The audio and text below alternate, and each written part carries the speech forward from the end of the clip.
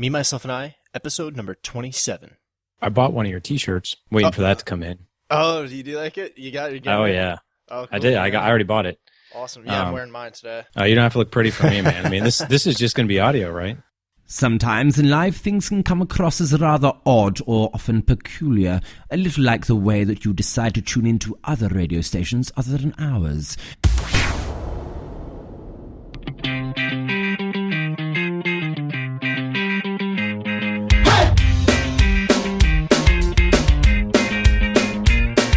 Wishful thinking, been dreaming, it's my time to shine. Wanting, waiting, been hoping for a girl like you to know. I wanna get the girls I couldn't get before. I wanna be in a band, make that music. I wanna be in a band, get those grooves. I wanna be in a band, smoke those dudes. I wanna be in a band.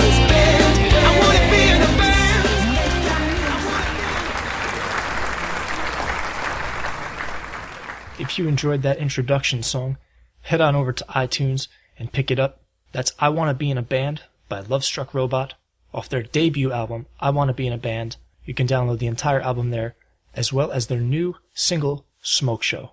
For more information, please visit lovestruckrobot.com. Good morning, good afternoon, hip hip hooray. This is Me, Myself, and I. I'm your host, Anthony Hayes. If you are not already doing so, please follow me on Twitter at @ahayes_MMI. I am also on Instagram, @ahayes_MMI. And the newest addition to the Me, Myself, and I arsenal, Me, Myself, and I Radio on Facebook. And of course, when all else fails, head on over to the mothership, Me, Myself, and I Radio.com. Lots to talk about in less than half an hour to do it in. So let's get into Me, Myself, and I, shall we? I'm super excited to welcome my next guest on the show today. This is episode number 27 of Me, Myself, and I Radio. I'm joined today by Larry Hagner from the Good Dad Project. If you don't know about it, you're about to find out. He's got an epic podcast he's going to tell you about. He's got a best-selling book on Amazon. Larry believes in a strong community of fathers, all who share a set of values. Larry, how are you doing today? Hey, Anthony, how you doing? I'm great, man. I'm super excited to have you on the show. I listened to your show, I've read your book, and I want to know everything about you, and I'm sure everybody else does as well. So let's get into Me, Myself, and I, shall we? Absolutely. Man, thank you so much. Yeah, I'm honored to be here. Love that you picked up the book. I actually, on my podcast coming up here, I think it's episode 34, gave you a shout out on the Amazon review you left for me, because I was just so humbled by it. It was so phenomenal. But yeah, cool. So listen up for that. Awesome. I definitely will. I'll tune in. You and Sean are awesome. Thank you. So one of the questions I always like to start out with is how did I meet my guest, or how did I connect with my guest? So how did that happen, Larry? So I think you and I were connected on actually a podcast group on Facebook, where we actually were able to review each other's show and check out the content. And I loved your show, and I remember actually reviewing your show early on. And then I believe you connected to mine, and then we just ended up connecting over Facebook. And now, we actually, I think you and I pretty much stay in contact on a weekly basis. And I know you're a part of a group that I have on Facebook that's actually a closed invite only group called the Dad's Edge, Real Dads with Real Purpose. And I know you're pretty active there. And, but it's been a pleasure just interacting with another, I always love interacting with dads who are just, all about improving themselves and just being the best version of ourselves. And you contribute just a ton. I appreciate it. I appreciate it. This is a learning experience for me too. I'm a new dad of just over a year and a half, and it's been quite an experience. So to have guys like you out there looking out for us, a little more seasoned veterans, I appreciate the value that you give to fathers and with the Good Dad Project. So tell us a little more about that. Yeah, so, I started, and I appreciate the kind words about being a veteran, but my gosh, every day, I can tell you, I know you have a daughter, Violet. She's just beautiful. But I can tell you, every day it's a learning experience. It's being a father I believe it's almost something you never quite master, but because you're learning every time. You're learning every day. I mean, every day there's a new challenge, there's a new accomplishment, there's a struggle, there's, it's crazy. It's absolutely crazy, but it's so much fun. I know you talk a little bit about it, and on your website, you refer to it as coming from a fatherless environment. So I think all of that kind of plays into who you are and what you've become. So if you wanted to elaborate, maybe touch on that a little bit, that would be, I think people would really connect with that. So really what it was is it really stemmed from my childhood. My mom and biological father were married. They got divorced when I was about 9 months old. And then after they got divorced, I never saw him again. So I had no memory of him. And I'll never forget, when I was 4, I mean, I'm 40 years old now, so we're going back 36 years, but I remember this stage in my life vividly because I was in preschool, and I always remember like these kids in preschool, and there would always be like this guy, their dads, a male presence who would come and pick them up from school. And it always kind of intrigued me because my point of reference was only a mother. So like I had no frame of reference for a father. So like in my mind at 4 years old, like the moms went out and found a dad. Like literally that was what I thought. I was like, oh, well, my mom just hasn't found one yet. No big deal. So I'll never forget when I was 4, my mom brought home a man that she had been dating, I think, for a while. And she got up to that point in the relationship where she was like, I should probably introduce my son. And so I'll never forget, 4 years old, he comes walking in. He's got, dressed real nice and a trench coat. And it was just weird. It was so weird because like I saw him walk through the front door and I was like, oh my gosh, like there's a guy in my house, like a male role model, a figure, it's like, and in my mind, in a 4-year-old's mind, I was like, could this would it be? Is this like a dad? So like my mom introduces me to him and I shake his hand and I will never forget. I still will never forget. I said, are you going to be my dad? With this big smile. So it was interesting, right? So lo and behold, though, they actually got married. They got married when I was 5. And, it was so cool. I mean, he adopted me and I thought, hey, I've got a dad now. Family's complete. Pretty awesome. And it was awesome for a little while. Unfortunately, he really had just sort of a drinking problem and, he was a heavy drinker. And unfortunately, he had kind of a dark side when he drank. And those times where he did drink, it was sort of, abusive situation, physically, mentally. And it just kind of wasn't a positive experience. And I will say this about him, though. Sober, he was literally probably one of the coolest people I've ever known. Just a really nice, good-hearted man, but I think he just had a drinking problem. Sure. But fast forward till I was 10, my mom and him actually got divorced. I remember that pretty vividly because I remember it was very bittersweet. When they got divorced, there were no visitation rights. He literally was there one day and gone the next. So literally completely, totally out of my life. Which was sort of hard. It was very hard to lose a father, but at the same time, it was a bit of a relief because I knew that toxicity, that craziness of him drinking was not going to be around. So it was kind of gut wrenching. Interesting thing happened when I was 12.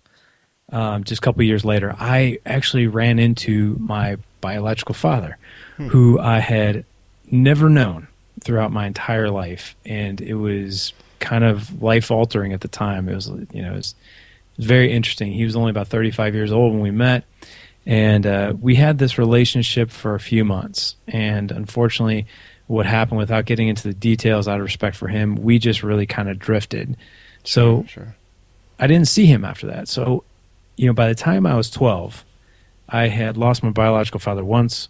I had a father figure there for a little while that wasn't necessarily the greatest experience, and then met my biological father again when I was 12, and then unfortunately I lost him again. So it was a bit of a crazy ride for 12 years. And I don't share this out of pity. I mean, I don't regret my childhood whatsoever. I think a lot of people can relate to that, coming up in divorced homes, myself included. So I could definitely understand, man. It's tough. It is tough. And you don't really understand until some years later. And that's when it really starts to sink in, when you can actually wrap your mind around it and relate to it on a more intellectual level once you get more mature. So I definitely, personally, I can understand exactly where you're coming from with that. Yeah, I appreciate you saying that. I think you really hit it on the head when you said you really don't realize it while you're going through, especially as a kid. You don't really know how to process it. And there's a little bit of baggage, right, that kind of comes with that as you get older and you have your own relationships.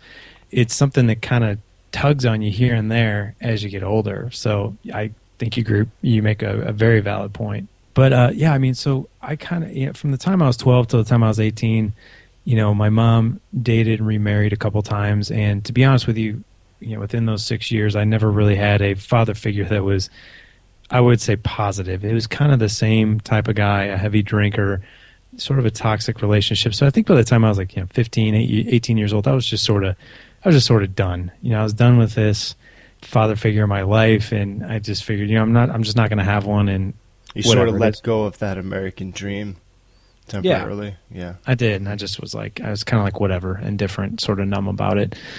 So 2 interesting things happened by the time I was 30, 10 years ago. Number one, I became a father for the first time. I had my first son, Ethan, who is 9. Mm-hmm. And interesting thing that happened when I was 30 is I actually ran into my biological father again for the second time in my life, and it was completely unexpected.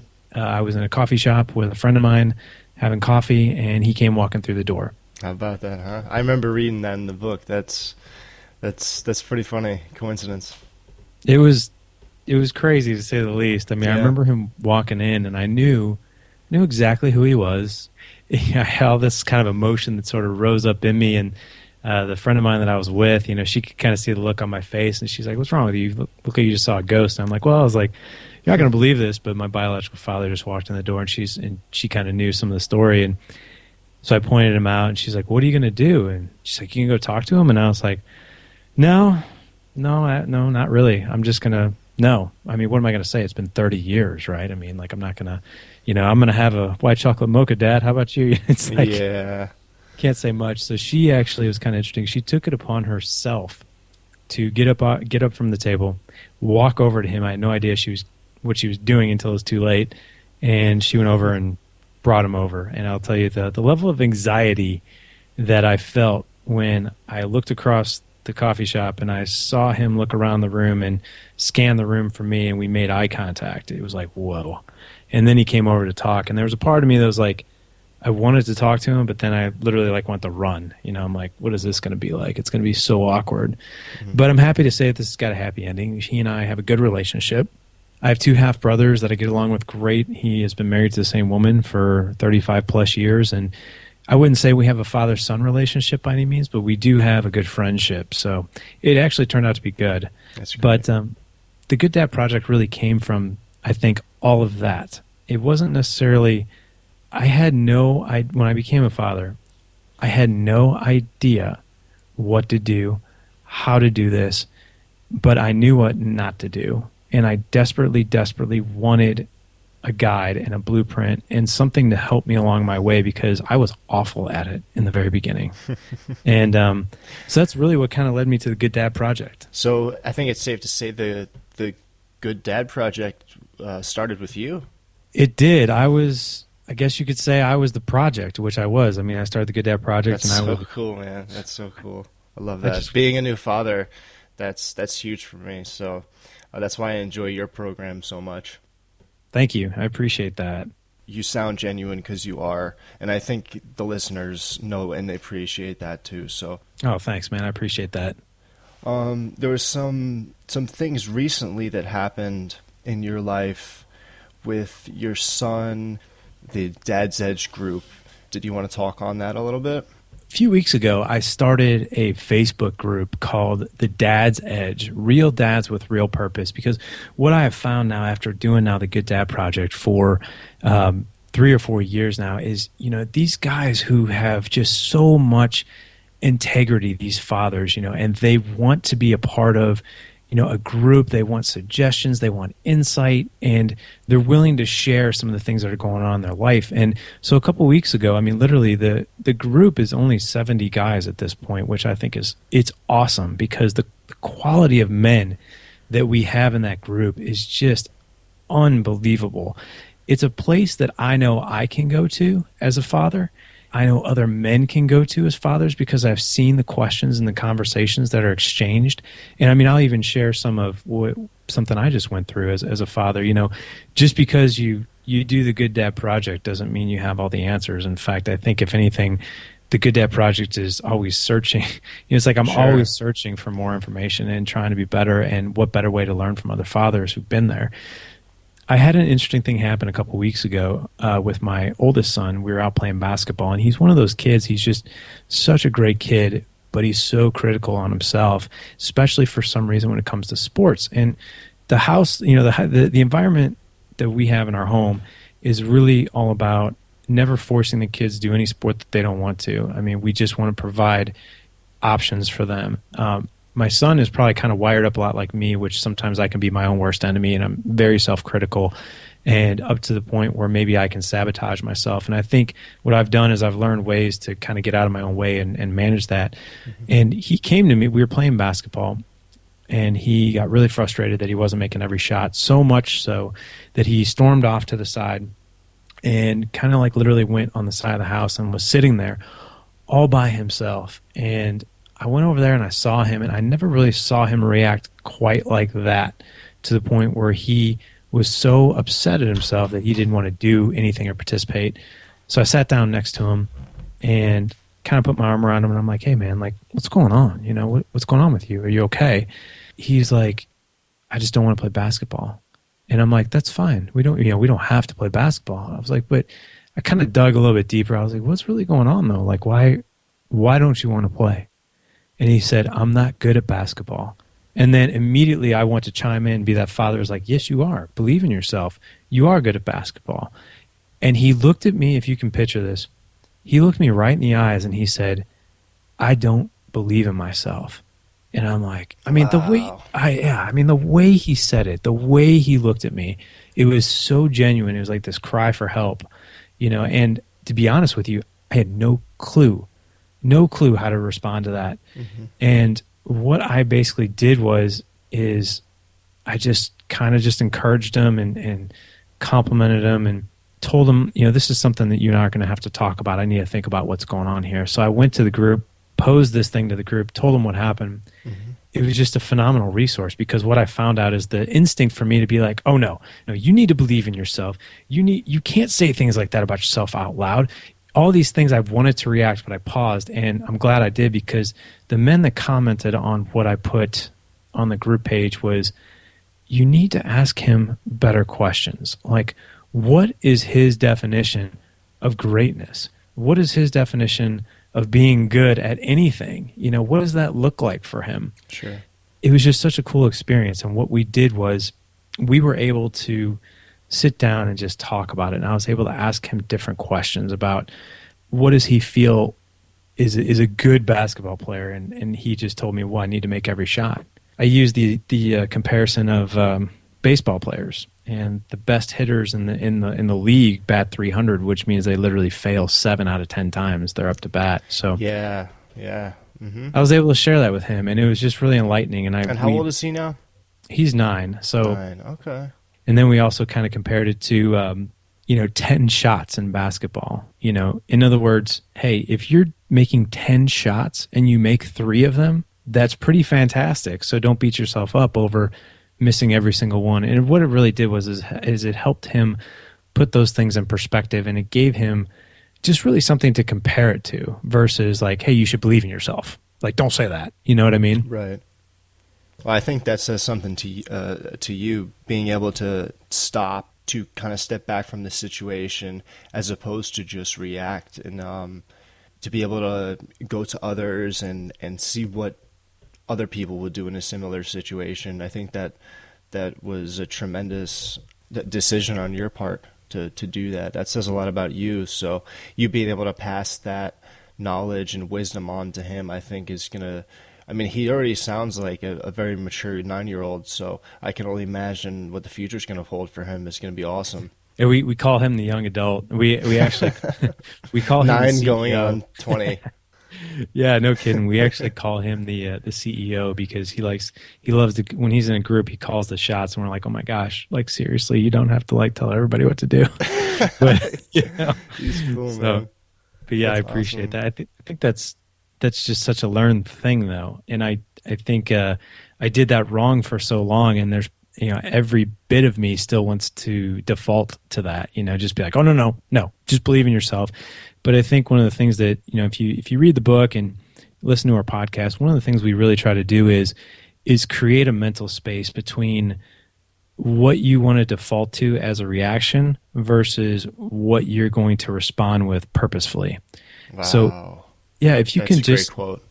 thank you, and if you can just create that space, instead of defaulting, it's amazing what things can happen. But we're not really wired like that. It's not our fault, right? I mean, Sure, it's just sure. we're not wired like that. So along the way, all these different obstacles and situations and circumstances that you've had to deal with, both personally and also being a good dad, there's definitely some resources or things that have helped you along the way. So what would you share a couple of those with the listeners today? Absolutely. I think when I first got started with this, I became like obsessed, with self-development, self-growth.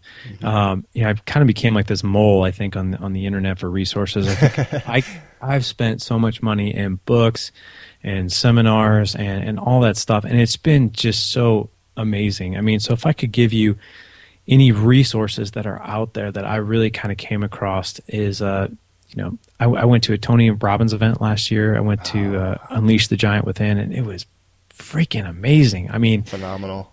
Life-changing. I mean, totally. I've read several books. I mean, one that comes to mind in particular is Unbeatable Mind by Mark Divine.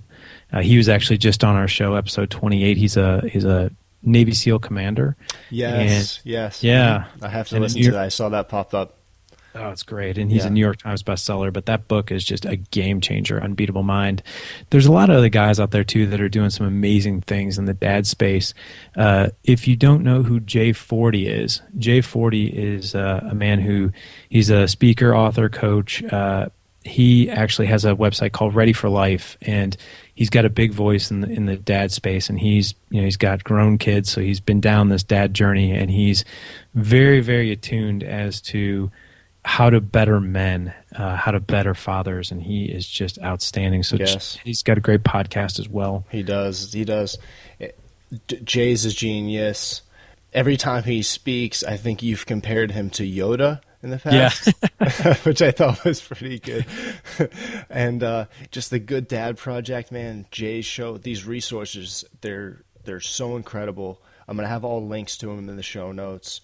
Everybody needs to take some of that in, some of that knowledge and wisdom, because you can't pay for this stuff. It's just that good. No, I totally agree. And yeah, every time Jay speaks, I mean, it's I think back to that Star Wars, the original one where Obi-Wan Kenobi's in the speeder with Luke and the stormtroopers pull him over and he's like, you don't need to see his identification. And you're like, we don't need to see his identification. Like, every time he speaks, you're like, wow, I totally agree with that. That's cool. And so that's some good stuff. Tell people about the Dad's Edge. Where can they get it? Yeah, so the Dad's Edge book, I've done a couple of different things because I really wanted to cater to, any type of man who wants to get a hold of this information. So you can find the Dad's Edge book on Amazon. All you have to do is go to Amazon, type in Dad Edge, and it'll pop right up. You can also go to my site. It's under the resources. So go to gooddadproject.com resources. And you can actually go download a free chapter from the book there. Oh, cool. The other thing I developed too is, I wanted to make, number one, the book. The book is written for a busy dad in mind, so it's 100 pages. Even the interior layout of the book, the way the words, the breaks and the paragraphs, all that stuff. I told my designer, the main thing I want for this book is to make it very readable, so that way when you look at the book, it's attainable, it's readable. It's not like, oh my gosh, there's so many words here, I don't know where to start. So it's 100 pages. At the end of each chapter, I do takeaway tips, so it just kind of summarizes everything. So even if you don't have time to read all the chapters, you can do the takeaway tips and get some good nuggets there. The other thing that I developed was not every dad is a reader, and that's fine. So what I did was I actually took the book and I made it into an online course. And I know the word course, it sounds daunting, like, hey, don't give me any homework, right? but really this course is worth it, though. Yeah, oh, thank you, man. I appreciate it. But really the course is the video audio platform of the book. And it's 6 sections, and each section is 4 to 9 minutes. The entire course is 38 minutes. So what I've done there is you can actually find that under my resources under Dad Edge course. And what I'll do is if you're a subscriber to the Good Dad Project, I actually have this course on Udemy. I sell it for $27. But if you are a subscriber to the Good Dad Project, I have a coupon code on there for $9. So you just type in your email address and I'll send you the coupon code link. And you can just go take the course, and you can take it at your leisure. You can do all 6 courses at once. You can do them one by one. It doesn't matter. The other thing that I included in that course, so the other bonus that I've added for the Dad's Edge course is I've included all the MP3 files as a downloadable file. If you want to listen to it on the go on your mobile device, you can definitely do that. You don't have to sit there in front of your computer or anything like that, or even if you don't want to watch on your mobile device. If you simply just want to listen to the audio, you can definitely do that, and those are on there for free. It's part of the bonus features of the course.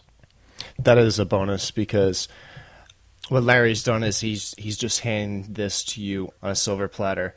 You can pick up the book, which I highly recommend. You can do the course. You can listen to the audio. We're going to have all the information to this and much more in the show notes, and kudos to Larry for putting that out there, man. Oh, thank you. And I want to add one more thing, too, if you don't mind. Sure. I'm one of those guys that in the disclaimers, I am not a dad expert, okay? I mean, I have no PhD. I have none of this stuff, right? All these credentials. I mean, it's really just I wanted to put something out there that it's from one dad to another, and that's what it's really all about. But the biggest thing is that whether you're a reader or you do the online course or whatever it is, my biggest thing is that I wanted to bring value to you. And one of the things that I put this on my site, I've put it on social media, my book. If you buy it on Amazon and you don't like it for any reason, just shoot me an email at thegooddadproject@gmail. Just tell me, hey, I didn't really get a whole lot out of your book. I will send you your money back. I don't want anyone to pick up this book and feel like they lost something. I want this to be something that was impactful. And if it wasn't, hey, no big deal. But you shouldn't feel like you lost something. The course that's actually on Udemy.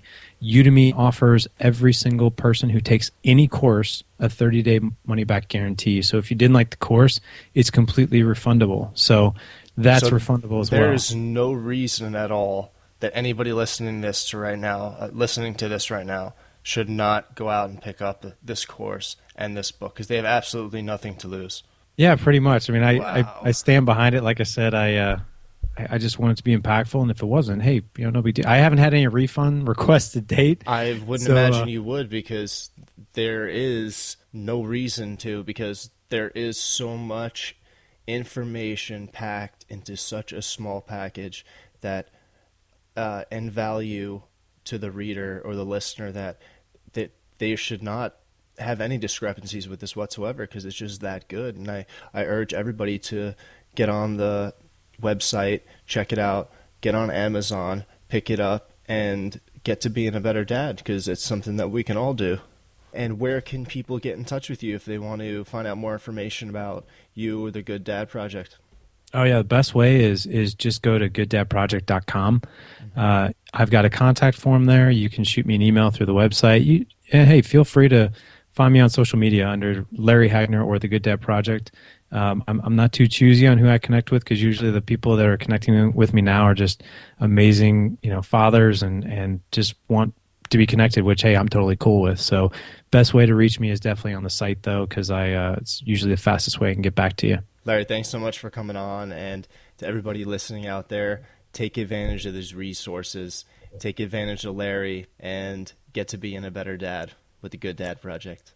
Whether you're listening on Spreaker, iTunes, or Stitcher, your input and feedback and rating the show would be greatly appreciated. If you have any other things you want to discuss, comments, questions, concerns, please email me at ahayes@memyselfandradio.com. Thanks a lot. As always, at the end of every show, we'd like to urge you, no matter what the rest of your day brings, control the controllable. As for the rest, keep on flowing and just be.